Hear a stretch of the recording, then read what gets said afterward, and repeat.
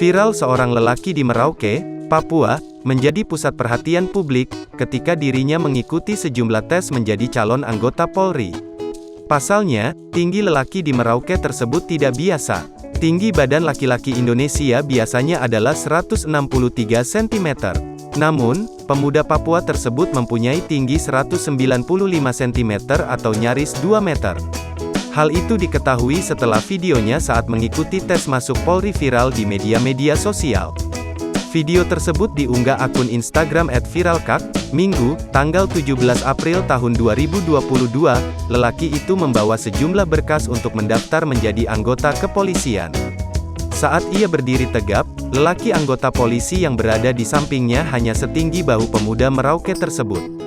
Saat pengukuran tinggi badan, terlihat di alat ukur bahwa ketinggian pemuda Merauke itu mencapai 195 cm. Sosok pemuda Merauke itu mendapat banyak pujian dari warganet.